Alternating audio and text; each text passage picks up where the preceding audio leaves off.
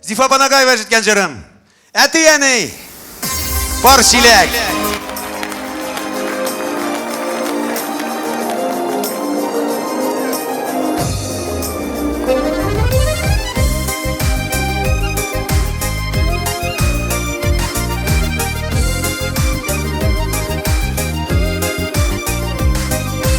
Ömür diyenin telerinde eti eni parşilek.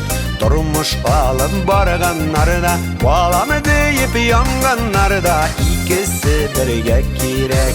Müldüremez şilekler, eli var yürekleri, eni yanında eti var, eti yanında eni. Gezeliklerin şularının, tazalıkların şularının, birsini Huday jellemey. İyi gezeliklerin şularının, tazalıkların şularının, birsini Huday jellemey.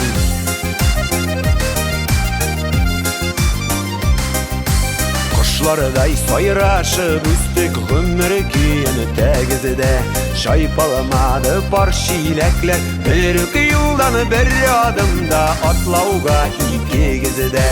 Müldüremez şilekler, eli var yürekleri, eni yanında eti var, eti yanında eni.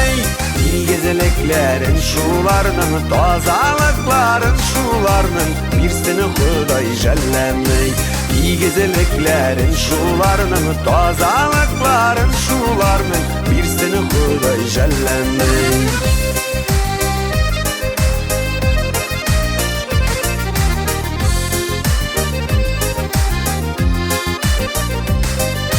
Yaşamadı kızı bitsiz 58 düşün. İndi yaşasa gözüyle uçurgan kuşları kızının, koyup yıktı var kışın. Müldüremez şilekler, eli var yürekleri, eni yanında eti var, eti yanında eni.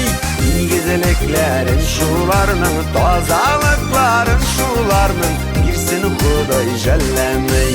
İyi gezeliklerin şularının, tazalıkların şularının, birsini Huday jellemey.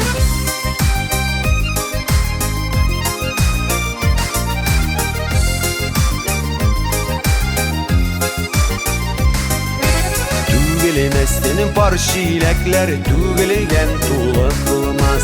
Kaysı kız bulmaganda da iki göz barışakta kebük değil, bir çığlık bulmaz.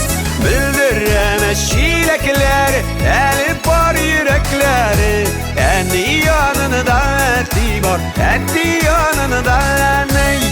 Gezeliklerin şularının, tazalıkların şularının, birsini Huday jellemey. İyi gezeliklerin şularının, tazalıkların şularının, birsini Huday jellemey. Birsini Huday jellemey, birsini Huday jellemey.